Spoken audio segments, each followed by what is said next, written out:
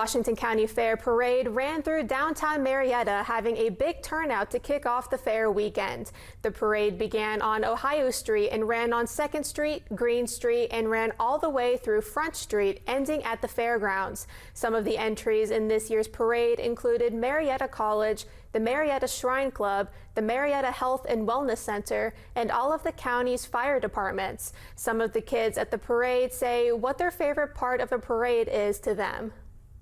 I like about the parade is throwing out candy. It's really fun and exciting to be at parades that they throw out candy. Some of the marching bands featured at this year's parade included the Marietta High School, Warren High School, and Belpre High School marching bands.